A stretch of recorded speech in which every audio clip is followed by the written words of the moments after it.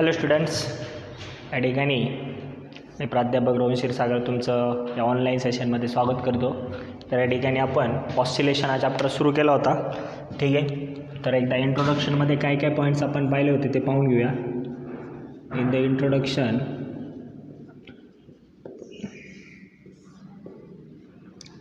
there are two types of motion we have studied. So first one is periodic motion. Which type of motion we have studied? Periodic motion. Okay, so periodic motion. So periodic motion means the motion of particle in repeated interval of time along a same path. At that time, that motion is called as periodic motion. In that, next type of motion we have discussed, that is oscillatory or vibratory motion.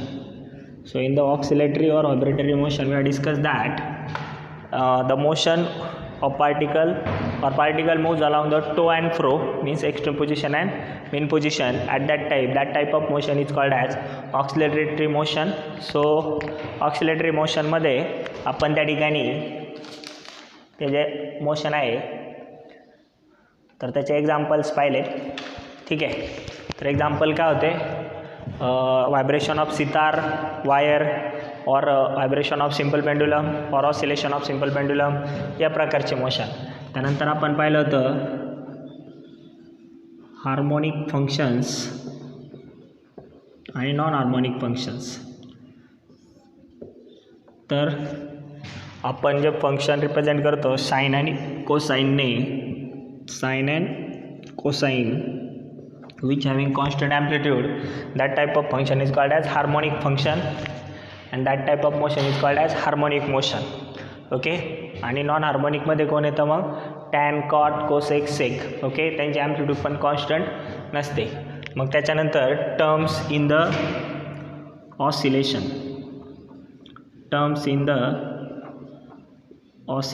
Terms involving in the oscillation.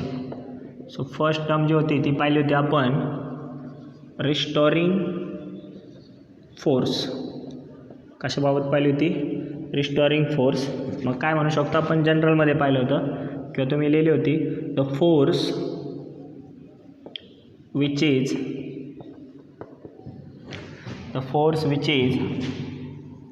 Responsible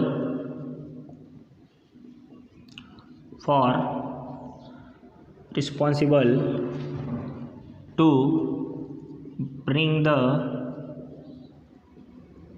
original position of the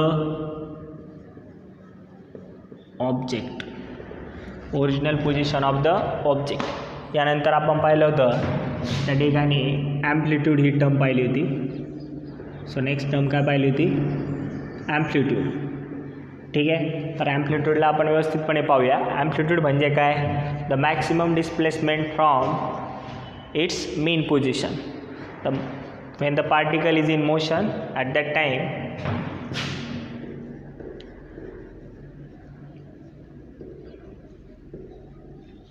maximum displacement from its mean position, maximum displacement from its mean position, that is called as amplitude of the motion or amplitude of the particle. Okay, then ते पण आता diagrammatically explain करतो. तत्पूर्वी अजून एक point पाहिला होता, time period. So time period means काय?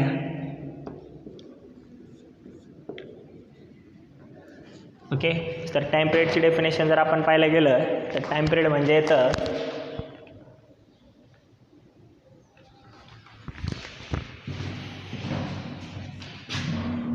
The time after which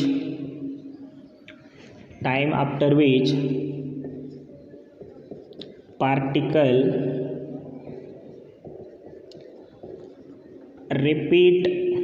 repeats itself in motion, it's called time period. तर त्याला काय म्हणायचं आहे, टाइम पिरियड. ठीक आहे, तर हे झालं टाइम पिरियड.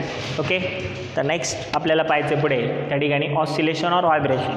मग वन ऑसिलेशन और वन व्हायब्रेशन कशाला म्हणायचं आहे, तर आपण थेरॉटिकली त्याला डिफाईन नाही करणार आहे, आपण अंडरस्टँड करून घेऊ. त्याच्यामध्ये सगळ्या टर्म्स आपण काय करून घेऊ, अंडरस्टँड करून घेऊ. ऑसिलेशन और व्हायब्रेशन. आता हार्मोनिकली आपण रिप्रेझेंट करतो, म्हणजे in the form of sine wave और कोसाईन वेव्ह फॉर्ममध्ये आपल्याला त्याला रिप्रेझेंट करतो. तर या पद्धतीने मग हार्मोनिकली रिप्रेझेंट करतो म्हणल्यावर our waves are vibrate with constant amplitude. तर ॲम्प्लिट्यूड काय राहणार आहे, कॉन्स्टंट. म्हणजेच हे कुठल्या टाईपचं ऑसिलेशन झालं, दिस इज द अनडॅम्प टाईप ऑसिलेशन. बरोबर. आता हे ॲम्प्लिट्यूड थोडं कॉन्स्टंट दाखवण्याचा प्रयत्न करा व्यवस्थितपणे. ठीक आहे, तर ही जी झाली याला आपण काय म्हणणार आहे, amplitude A, maximum displacement from its main position. तर हे झालं ॲम्प्लिट्यूड अलॉंग एक्स ॲक्सिस. बरोबर. आणि मग एक ऑक्सिलेशन म्हणजे मेन पोझिशनला जाऊन परत ते बॅकला येतं आणि इन द अपोजिट डायरेक्शन परत जाऊन परत बॅकला येतं at the mean position. So this complete one cycle is called as one oscillation. ही जी कंप्लीट वन सायकल आहे that is called as one oscillation. ठीक आहे, मग या पद्धतीने आपण याच्यात टाईम पिरियड पाहूया. मग टाईम पिरियड म्हणजे काय, time taken by the particle to complete one oscillation. तर हे टी एवढा टाईम येईल. याच्यात डिस्ट्रीब्यूट करू शकतो आपण फेजेस, टाईम, सगळ्या गोष्टी. कशाप्रकारे, इनिशियल फेज 0, इथे किती येईल π/2, इथे येईल पाय ह्या पोझिशनला म्हणजे इथे 3π/2 आणि इथे 2π. टाईम कसा येईल, इथे येईल 0, इथे T/4, इथे 3T/2, सॉरी इथे T/2, इथे किती येईल 3T/2 आणि इथे किती येईल T. तर या पद्धतीने. ठीक आहे, तर या पद्धतीने तुम्हाला काय करता आलं पाहिजे, डिस्ट्रीब्युशन करता आलं पाहिजे. तर हे झालं एक वेव्ह फॉर्मचे डिस्क्रिप्शन किंवा वन ऑसिलेशन म्हणजे काय. ठीक आहे, आता त्याच्यामध्ये पुढची येणारी जी टर्म आहे ती महत्त्वाची आहे, ती आपल्याला पाहायची आहे. या ठिकाणी पहा व्यवस्थितपणे. ठीक आहे, हे रब करतो आहे त्या साईडचं तुम्ही ड्रॉ करून घेऊ शकता. बरोबर. मग आता पहा या ठिकाणी पुढची जी टर्म येते ती म्हणजे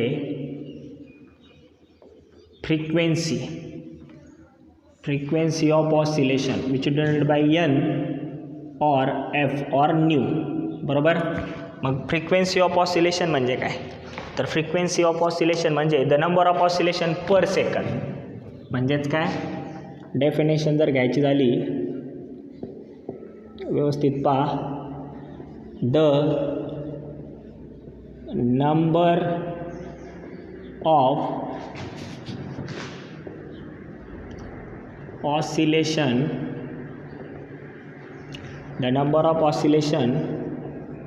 per second, number of oscillation per second is defined as frequency, is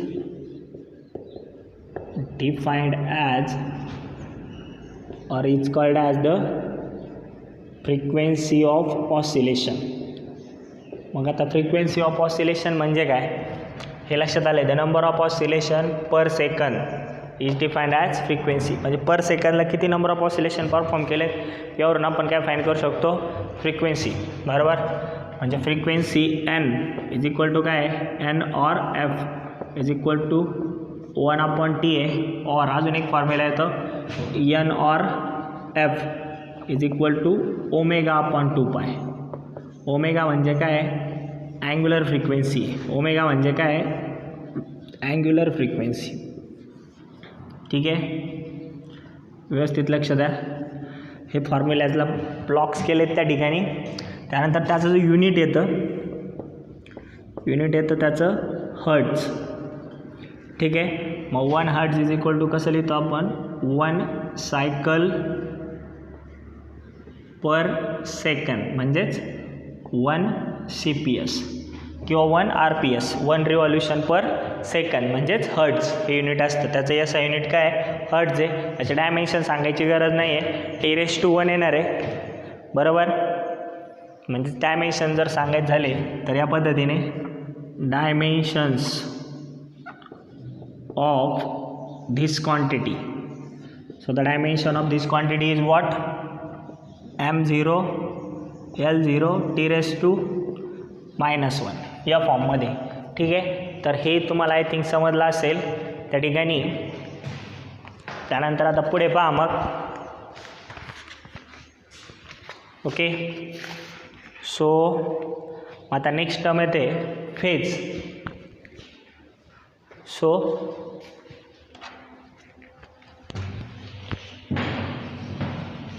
here we are discussing about the next term which is named as phase.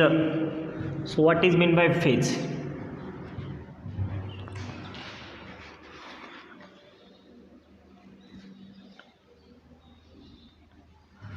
So the phase, the phase of the particle, vibrating particle. Definition लिहून घ्या. Definition of the phase. The phase of the vibrating particle. The phase of the vibrating particle at a instant, phase of the vibrating particle at a instant, at any instant किंवा at any instant in the state of the, म्हणजे vibrating स्टेटमध्ये असेल. in the state of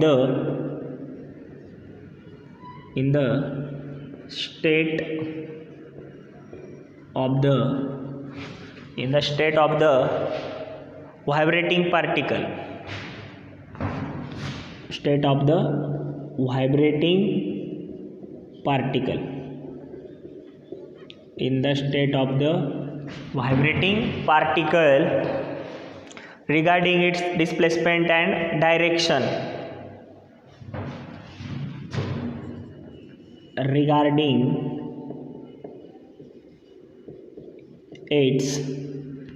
regarding its displacement and direction of, regarding its displacement and direction of vibration, direction of vibration of the particle, the phase of the vibrating particle is at any instant in the state of the vibrating particle regarding its displacement and direction of the vibration of the particle. ठीक है. at particular instant, at particular instant. So at particular instant या पद्धतीने. ठीक आहे. हे झालं त्याची definition. मग आता ॲक्च्युली कसं डिफाईन करायचं आहे त्या ठिकाणी पहा. म्हणजे त्याची डिस्प्लेसमेंट जी होणार आहे त्या एका पर्टिक्युलर इन्स्टंट ऑफ टाईमला त्याला आपण काय म्हणणार आहे फेज म्हणणार आहे. काय म्हणणार आहे फेज. सो या पद्धतीने जर घेतला आपण सर्क्युलर पाथमध्ये पार्टिकल मूव्ह होतं आहे तर त्याला 4 सेक्शनमध्ये डिवाईड केलं तर ही जी आहे radius it is defined as amplitude. So रेडियसच्या अलॉंग मूव्ह होणार तो पार्टिकल. So like this. ठीक आहे. At any instant of time आणि तो टाईम T0 असताना ह्या इनिशियल पोझिशनला असेल बरोबर. मग ही टी इज इक्वल टू 0 आणि ह्या पोझिशनला टी, म्हणजे ही फेज काय येईल ओमेगा टी आणि ही काय येईल फाय, बरोबर. मग यावरून जर आपण इक्वेशन रिप्रेझेंट करायचं झालं आपल्या डिस्प्लेसमेंटचं along X axis, so projection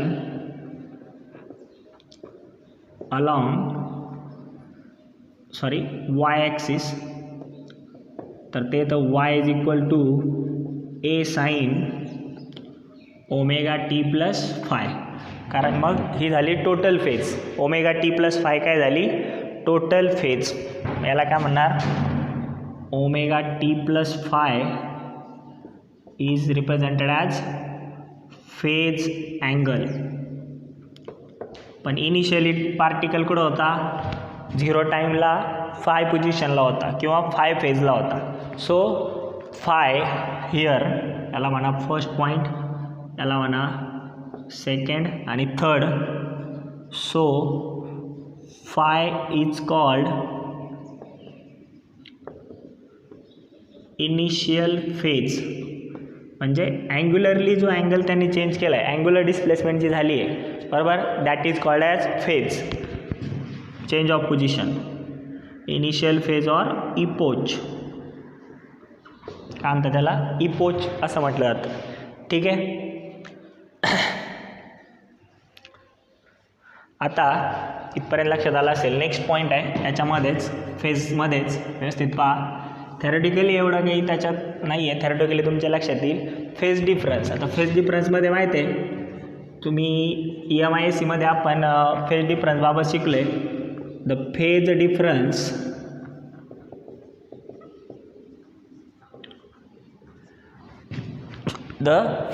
difference the difference of total phase, the difference of total phase, difference of total phase of the difference of total phase of two particle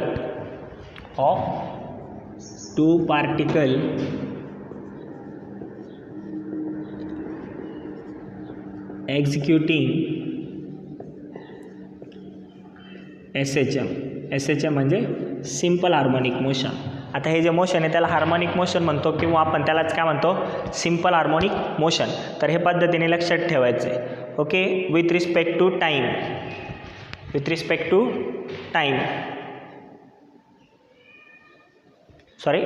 to mean position, म्हणजे with respect to mean position दोन पार्टिकलची, जसं आपण current आणि EMF मध्ये घेतली होती त्या पद्धतीची. With respect to time, mean position is called. आता तुम्हाला जर डायग्रामॅटिकली समजून सांगायचं तर मी समजून सांगतो, इथे लक्ष द्या. Phase difference. ठीक आहे. तर मग आता ॲक्च्युली फेज डिफरन्स म्हणजे काय. आता या ठिकाणी जर आपण दोन पार्टिकल घेतले, एकाचा जो टोटल फेज आहे, टोटल फेज काय असेल ओमेगा टी प्लस फाय 1 आणि दुसऱ्याचा काय असेल ओमेगा टी प्लस फाय 2.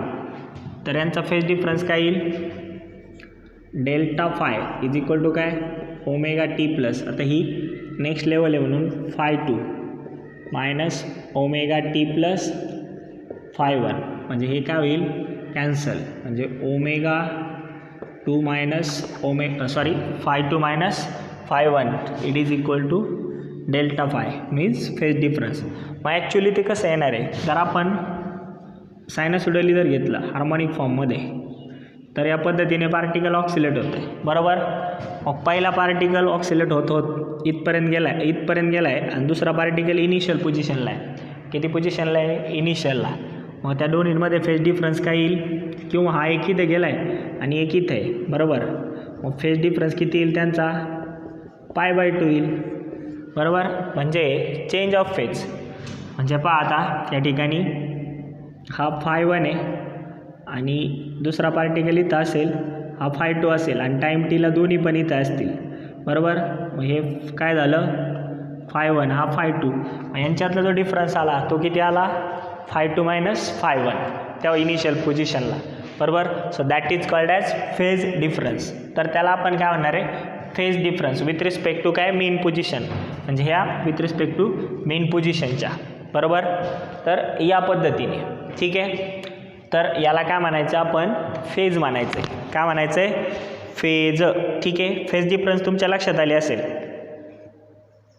तर सेम फेजमध्ये कधी असणार आहे, ठीक आहे.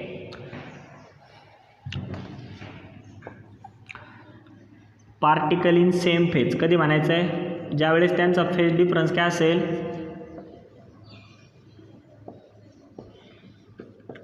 तो जो फेज डिफरन्स असेल तो असेल 2n पाय, म्हणजे E1 मल्टिपल असेल. कुठला मल्टिपल असेल, डेल्टा फाय काय असेल, E1 मल्टिपल. त्यावेळेस काय असणार आहे ते, which are in same phase, ठीक आहे. आणि ज्यावेळेस काय असतील,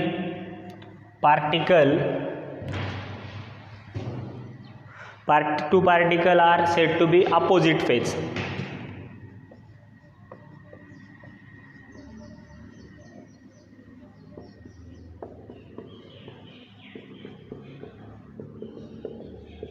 अपोजिट फेजमध्ये कधी असतील, ज्यावेळेस ऑड मल्टिपल असेल.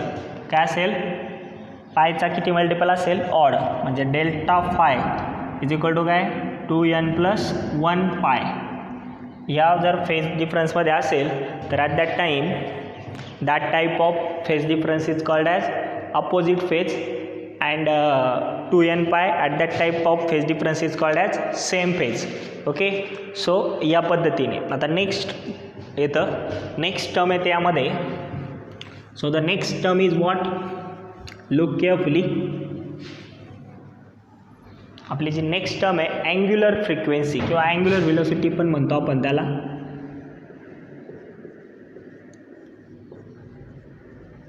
Angular frequency. So this angular frequency divided by omega, बरोबर. मग काय, the rate of change of phase angle of particle with respect to time. The rate of change of phase angle with respect to time. Definition लिहून घेऊया. Theoretical concepts आहेत थोडे.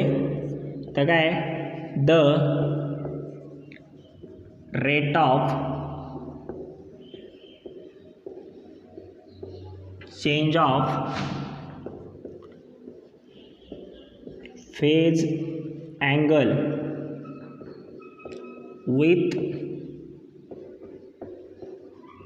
respect to time. The rate of change of phase angle with respect to time is called as angular frequency.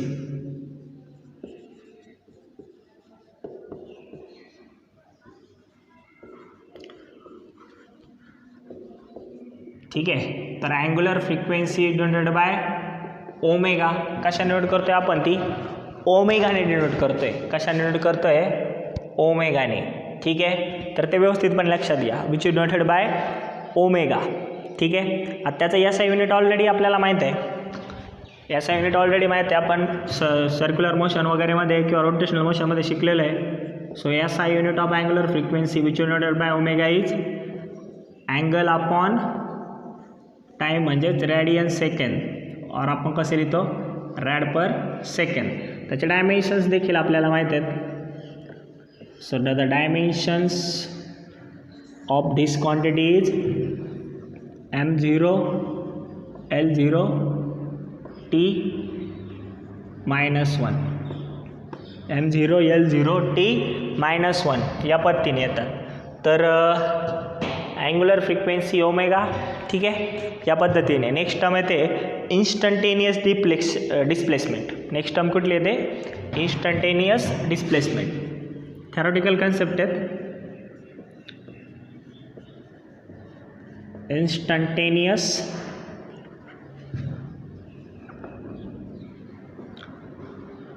Displacement. आता जर आपण म्हटलं आपल्याला पाहायचं आहे instantaneous displacement, so in that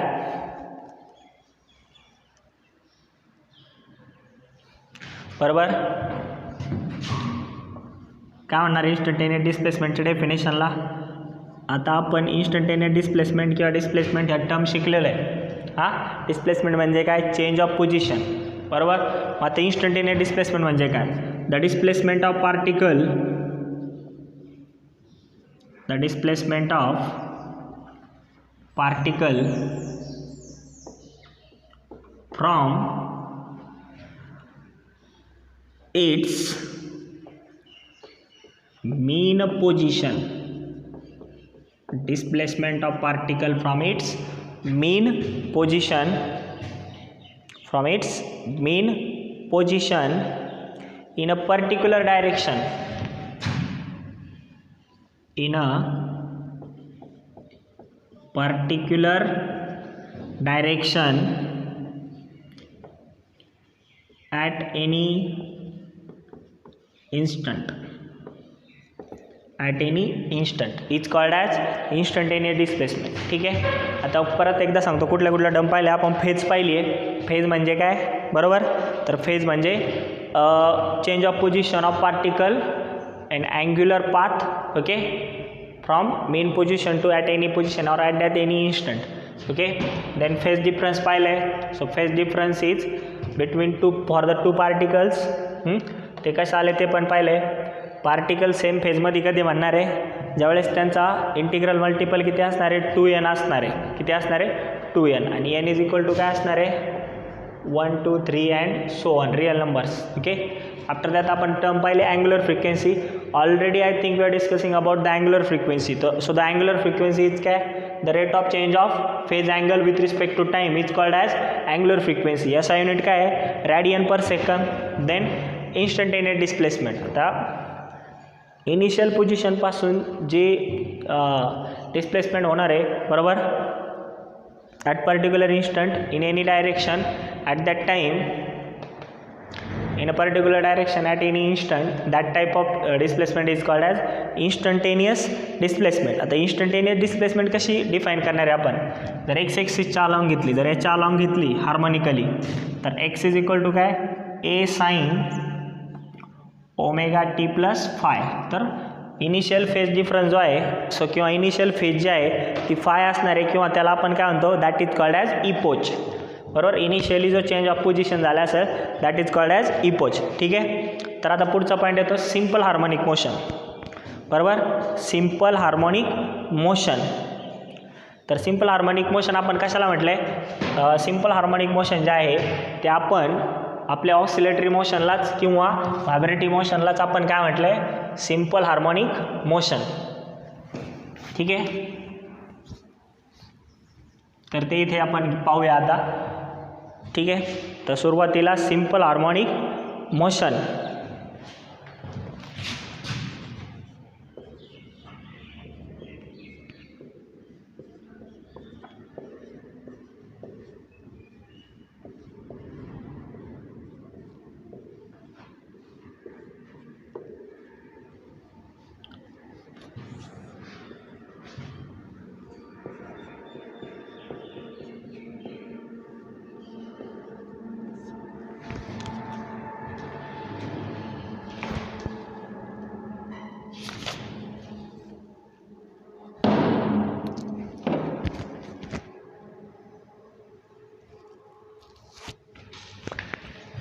ठीक है.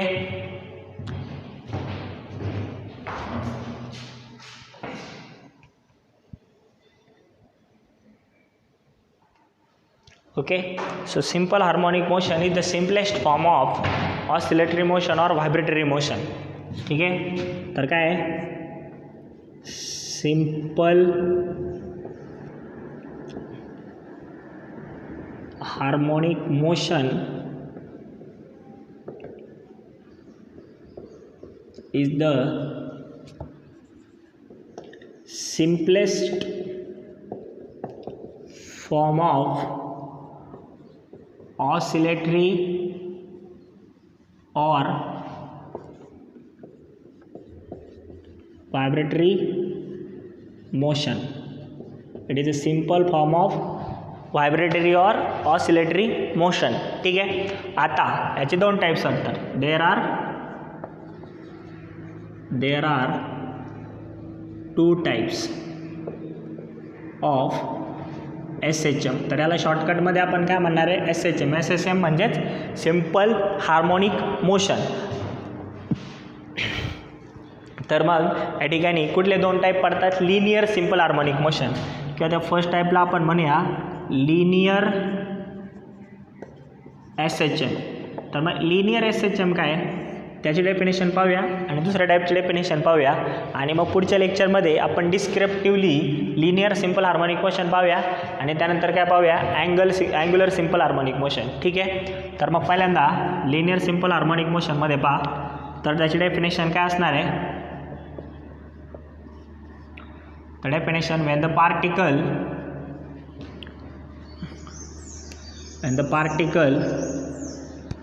ठीक आहे, काय डेफिनेशन असणार आहे, when the particle moves to and fro, when the particle moves to and fro, moves to and fro along a straight line, along a straight line, sorry straight line, this motion is called linear SHM. Linear SHM. तर मग आता diagrammatically कसं explain करता येईल,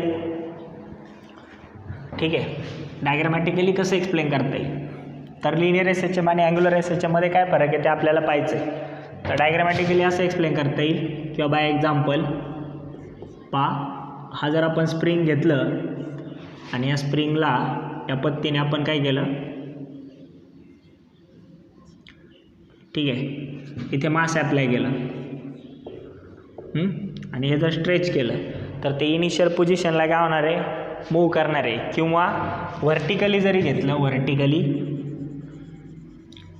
आणि याला straight लाईनमध्ये आपण काय केलं, मूव्ह केलं, तर बरोबर, तर ते एका इनिशियल पोझिशनपासून रिटर्न आपल्या एका पोझिशनला जाणार आहे, म्हणजे टू अँड फ्रो ॲक्सिलेट होत राहणार आहे, बरोबर, स्ट्रेट लाईनमध्ये. So that type of motion is called as linear simple harmonic motion. आता सेकंड टाईप याचा, सेकंड टाईप कुठला आहे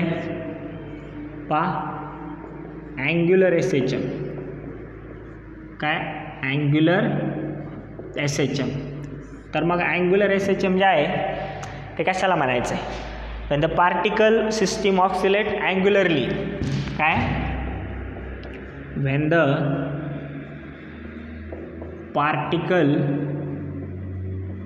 system oscillates angularly. Particle system oscillates angularly with respect to fixed axis.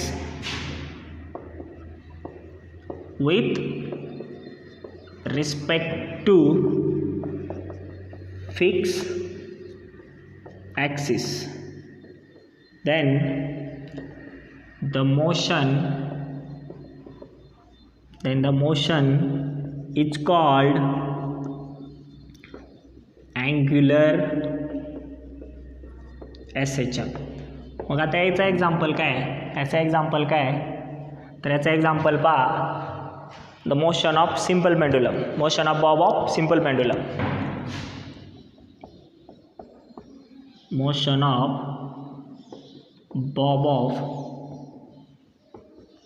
Simple pendulum.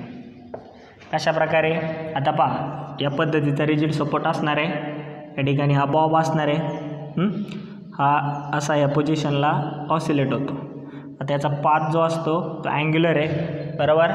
So that type of motion is called as, ही त्याची काय असणार आहे, main position, त्याला दोन एक्स्ट्रीम पोझिशन असणार आहे, this is extreme and this is also extreme. ठीक आहे. So this is called as angular SHM and this is called as linear SHM. तर या पद्धतीने आपण पाहणार आहे simple harmonic motion. So first आपण काय स्टडी करणार आहे, we are study linear simple harmonic motion. एकदम व्यवस्थितपणे पाहून घ्यायचं आहे. काय अडचण असल्यास तुम्ही विचारू शकता. आता थेरॉटिकल पार्ट होता सगळा, त्याच्यानंतर पुढे जे येणार आहे ते इक्वेशन्स येणार आहेत सर्व, तर ते कशा प्रकारे येतील हे सर्व आपल्याला शिकायचं आहे. तिथे रिस्टोरिंग फोर्स वगैरे ह्या टर्म्स पण परत येणार आहे आणि ते आपल्याला मॅथमॅटिकली स्टडी करायचे आहे. ओके, सो जर लेक्चरमध्ये काय अडचण असेल तर तुम्ही काय करू शकता, या ठिकाणी सांगू शकता. Okay, so this type of motion is called as simple harmonic motion. There are two types. First one is linear simple harmonic motion. So linear simple harmonic motion कधी म्हणायचं आहे, when the particle moves along to and fro in a straight line, at that time that type of motion is called as linear simple harmonic motion. So what are the example for that? तर त्याचं example आहे motion of mass connected spring. तर example काय आहे, example यायचं राहिलं नाव motion of mass connected spring. Motion of mass connected spring. So this is we have to call as linear simple harmonic motion. Then what is mean by angular simple harmonic motion? Okay, when the particle oscillates angularly along the fixed axis, at that time that type of simple harmonic motion is called as angular simple harmonic motion. An example, motion of bob of simple pendulum. So bob oscillates along a fixed axis, okay, and which moves along extreme, mean and extreme path. So it and repeat itself at that time, that type of motion, and it oscillates angularly. So at that type of motion it's called as angular SHM. ठीक आहे. त्यानंतर आपण त्यापूर्वी काय पाहिलं, time period. Time period म्हणजे काय, the time after which particle repeat itself or repeats its motion, that time is called as time period. Then amplitude, the maximum displacement from its mean position. Then काय पाहिलं, frequency, the number of oscillation per second, that is called as frequency unit hertz or CPS, cycle per second. Dimension m0 l0 t raised to -1. Then पुढे काय पाहिलं, phase म्हणजे काय, the change of position of particle angularly in at any instant of time, that is called as phase. Okay, then phase difference, कधी त्या ठिकाणी same phase, कधी त्या ठिकाणी ऑपोजिट फेज असणार आहे ते पण सांगितलं आहे. आणि SHMचे टाईप्स आणि अँग्युलर फ्रिक्वेन्सी ऑलरेडी तुम्हाला माहीत होती, किंवा इन्स्टंटेनियस डिस्प्लेसमेंट. सो काही डिफिकल्टी असेल तर तुम्ही सांगू शकता. ऑनलाईन प्रीमियर लेक्चरला वेळेत हजर राहायचं आहे, 100% सर्वांनी यायचं आहे. Okay, thank you.